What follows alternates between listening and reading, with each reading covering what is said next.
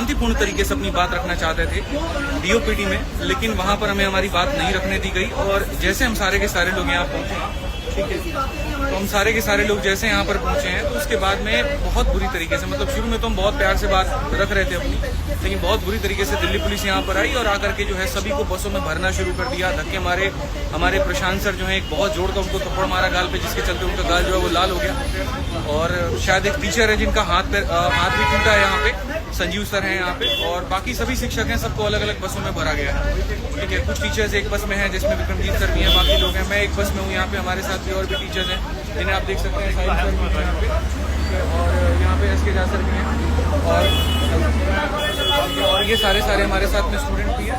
देखो मेरा सवाल है ना सरकार से सिर्फ इतना सा है कि यार आप इस बात को समझो, आप या तो ये कह दो कि हम भर्ती नहीं निकालेंगे, ठीक है, तो एक बच्चा होप छोड़ देगा, नहीं करेगा तैयारी हो।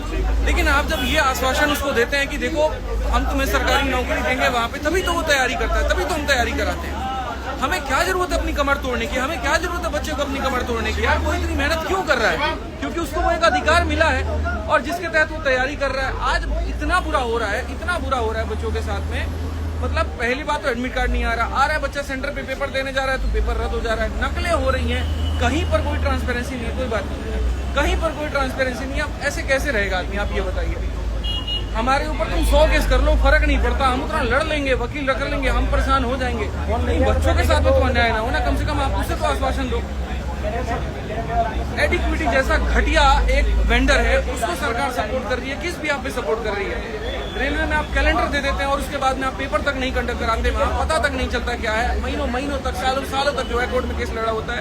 इस तरीके से हमारा देश आगे बढ़ेगा। शिक्षक है ये सारे के सारे, इनके ऊपर में हाथ उठाया जा रहा है, तो बच्चों के साथ में क्या होता होगा, मैं तो इस बात की कल्पना भी नहीं कर पा रहा हूँ।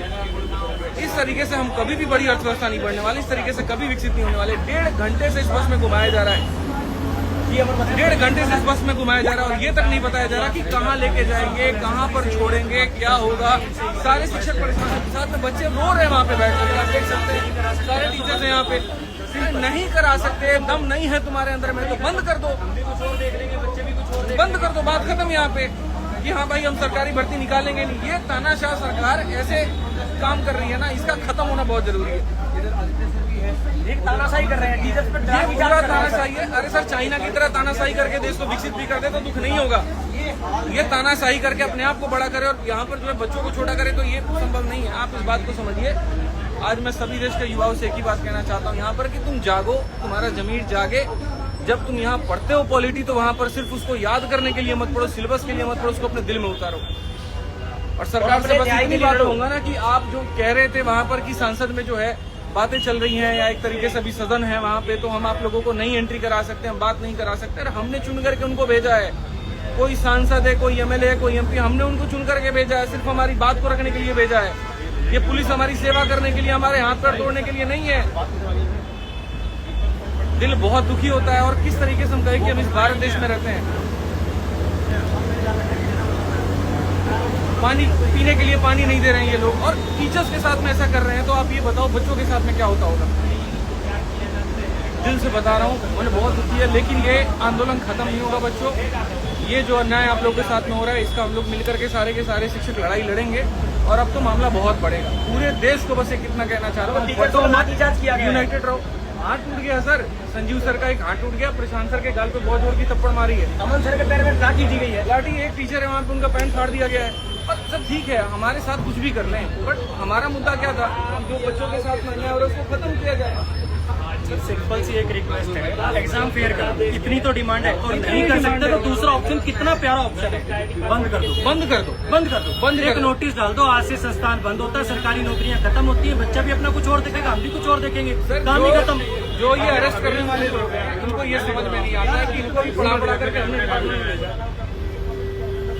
टीचर पढ़ाना छोड़ देना सर, देश बंद हो जाएगा। अब हमने चलो मांगे भी हमारी आज से सारी खत्म हुई, तुम नोटिस डाल दो, आज से ये जितने संस्थान हैं सरकारी नौकरियों को एग्जाम कराने वाले बंद कर दो। चुपचाप अभी हम घर चले जाएंगे, आप नोटिस डाल दो कि हमारी तरफ से हमसे बस की नहीं, हमारे सीधा सीधा बोल दो कि हमारे बस की नहीं है एग्जाम कराना, बंद कर दो, बात ही खत्म हो जाए। इस चीज के लिए उठाएगा जो बेसिक चीजें हमारी, वो बेसिक चीजें जो हमारे मतलब हमारे राइट्स हैं एक तरीके से।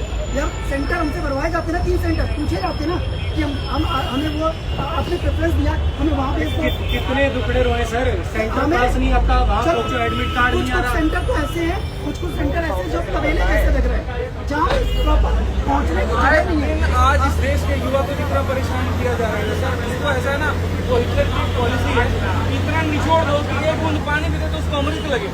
बस आज के युवा के साथ में वही हो रहा है। बात सेंटर की नहीं है, बात बहाली की है, बढ़ती प्रक्रिया की है।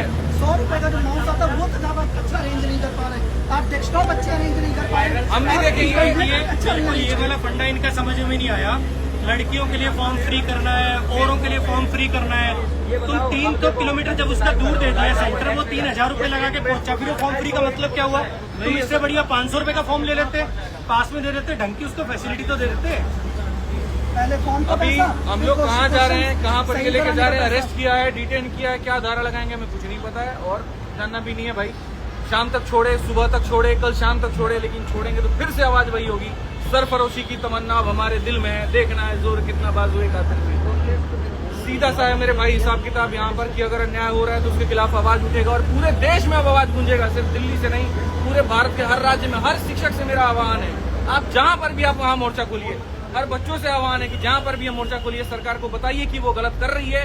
वो चुनी हुई जो सरकार जो हमने वहाँ पर भेजी है वो हमारे लिए है, हमारे खिलाफ नहीं होनी चाहिए। हमने जो आवाज उठाई है वो एकदम सही उठाई है, बच्चों के हित में उठाई है। वहाँ पर हमने कहीं पर भी कोई भी गलती बात नहीं कही है।